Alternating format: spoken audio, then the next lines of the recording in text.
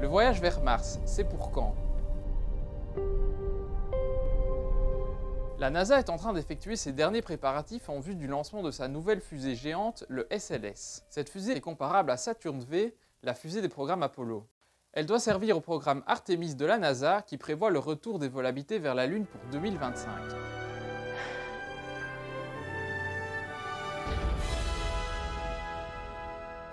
Mais à l'origine, cette fusée a été conçue pour aller sur Mars.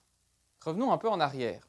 Depuis la dernière mission Apollo en 1972, l'exploration du système solaire est restée cantonnée aux robots.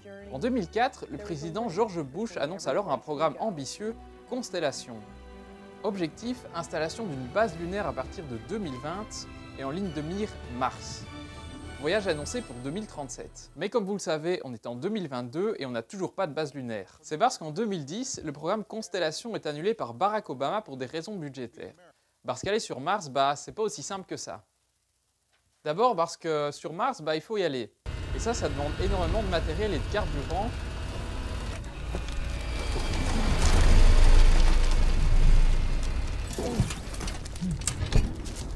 D'où la nécessité d'un lanceur lourd comme le SLS. Ensuite, car le voyage est long. La durée prévue d'une mission vers Mars est de 2 ans, et rester aussi longtemps dans une boîte de conserve avec un délai de communication de 15 minutes avec la Terre, c'est pas évident pour la santé mentale des astronautes.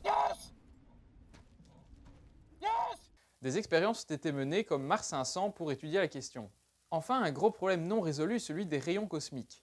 Sur Terre, on est protégé par un bouclier magnétique, mais pas dans l'espace. Thomas Pesquet, dans la station spatiale, a ainsi reçu en 6 mois l'équivalent de 4 fois la dose maximale autorisée pour les travailleurs du nucléaire en 1 an. Et pour aller sur Mars, c'est 3 fois pire.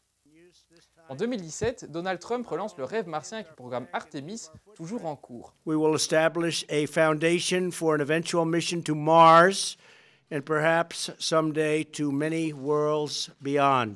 Les premiers pas sur Mars sont attendus pour 2033. Mais la NASA n'est plus la seule dans la course, et Elon Musk avec sa société SpaceX rêve de poser un pied sur Mars dès 2026 et d'envoyer près d'1 million de colons sur la planète rouge d'ici 2050. On lui souhaite bonne chance.